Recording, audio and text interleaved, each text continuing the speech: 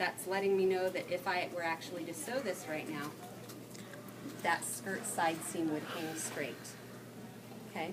Whether I had a flared skirt or whether I had a peg skirt, I still want that side seam to be straight, meaning the same amount of flare on either side of the that side seam.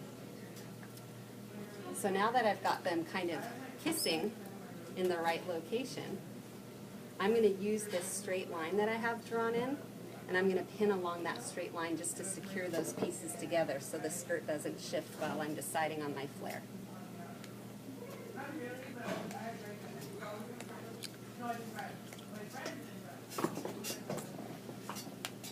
So again, I'm using this line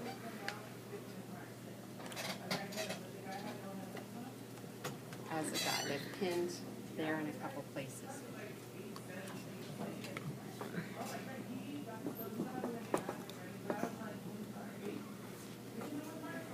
Double check it sideways. Okay, so this isn't skin tight right here. Do you see there's room between the form and the line? But if I squeeze it skin tight, that excess is following the line of the form. We're going to be doing this again for our next project, but instead of, right now what we're doing is taking it in. For our next one, we're going to swing it out. So, how much are we going to peg this thing? How much is too much? When you can't walk, right? You don't want to walk like Morticia Adams. We will be putting in a vent here, so that's going to help her walk, but we still don't want her to like be cobbled and not be able to walk. A good rule of thumb is what Jessica pointed out. We're not going to peg it so much that it pulls away from the center front line. So maybe about an inch, inch and a half max.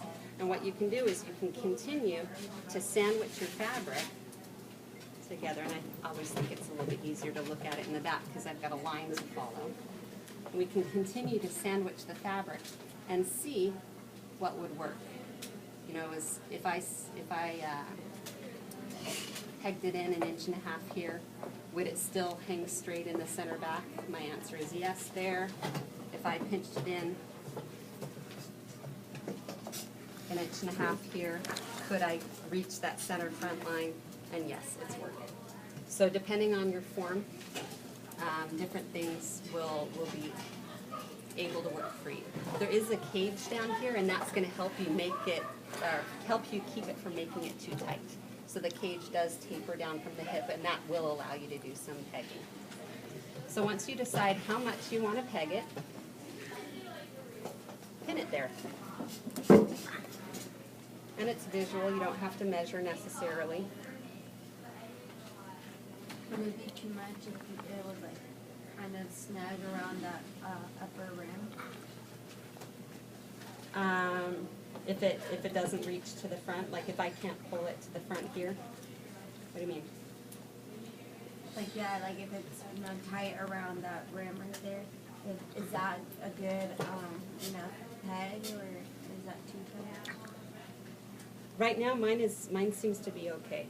Like it's wanting to pull away because the pleat is going up, but if I can bring it back without too much trouble, that's fine. There will be some kind of sculptural element that's happening with the pleats, and I'm okay with that. Okay, so once you decide how much of a peg you want to do, pin it relatively straight, kind of by eye, like we do the side seams. It's going to be a straight line from the hem up to the HBL.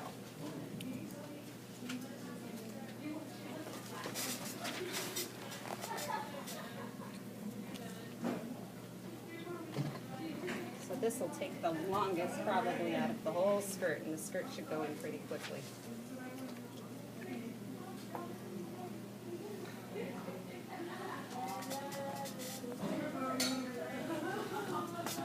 Any other questions on this? That line that you have on the back along the side seam, that was determined by who bought this one? Yep. Just the way we normally marked our muslin in the first place for the basic block skirt. And it's giving me an idea of what straight would be. And then I can kind of from there Let me get it pinned a little bit better. You can see the wedge that I've just taken away for the pegging. So this would be straight, and I've just taken in a little bit of a wedge.